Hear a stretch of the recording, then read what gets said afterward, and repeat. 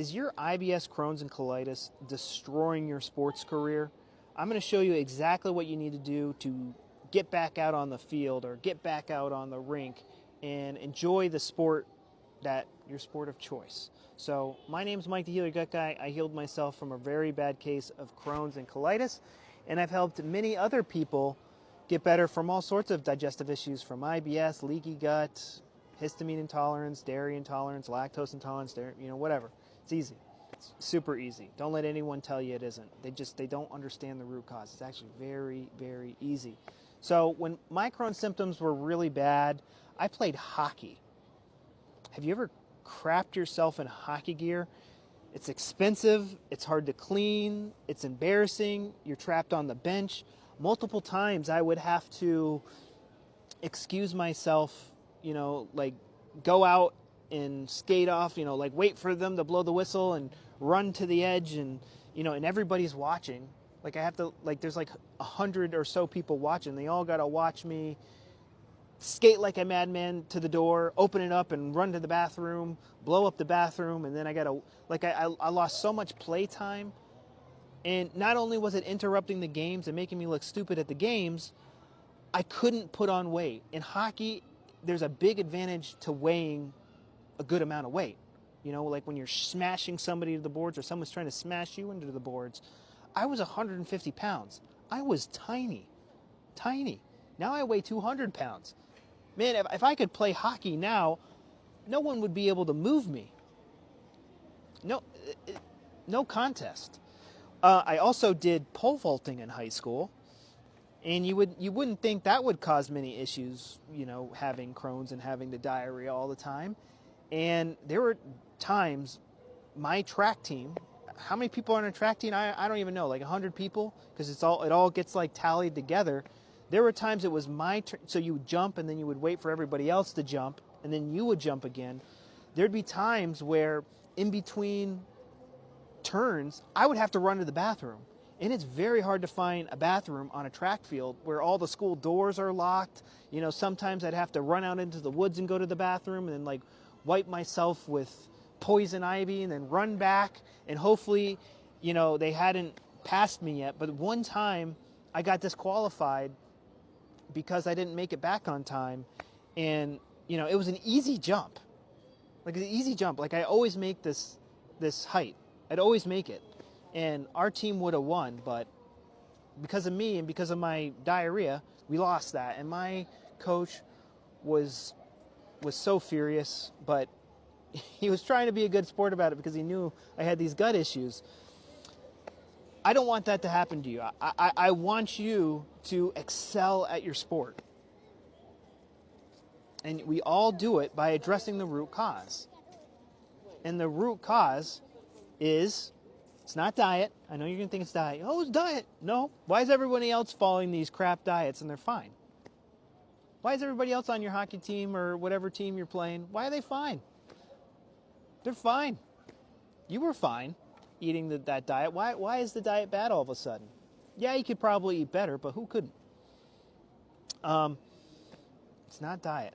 Unless you make it diet. If you get stressed out about diet and all anal about your diet, then being afraid of food can put your gut in and out of overdrive and cause more symptoms. I did that for a very long time. So it's actually caused by stress. It's actually caused by, to be more specific, a conflict shock.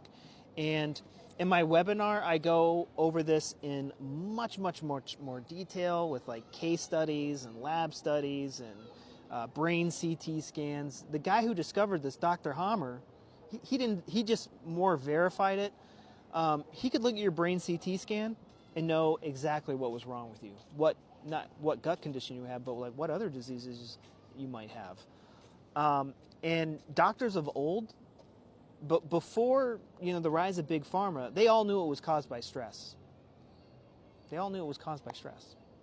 But you might be stressed out about 5 things, and only 1 or 2 of those things is putting your gut in and out of overdrive.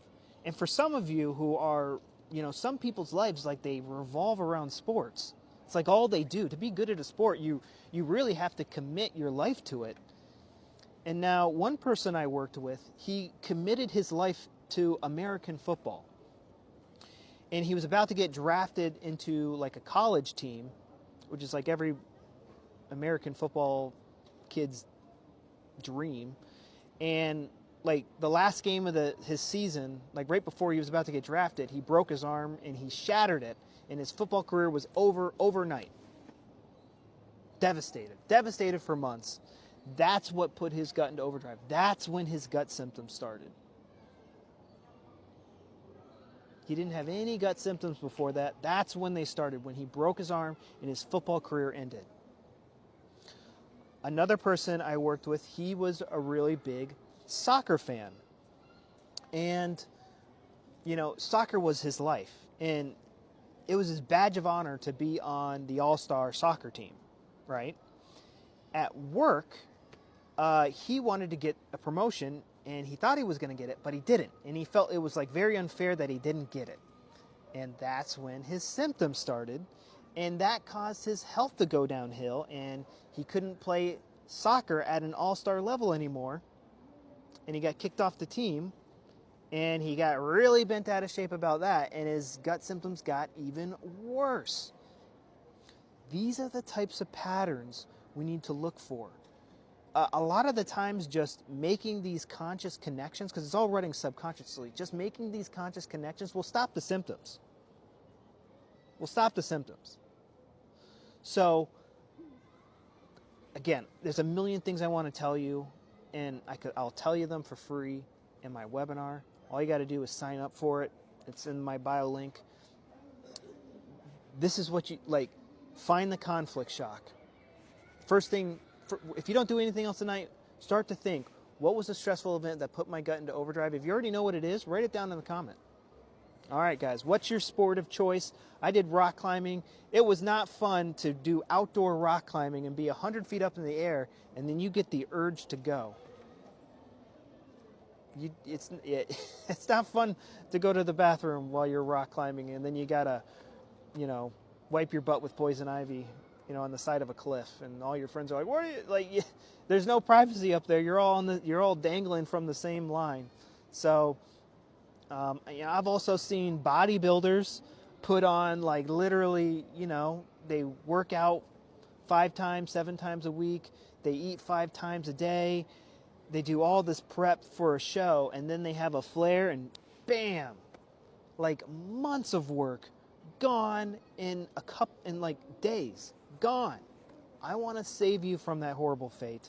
Do that by watching my webinar.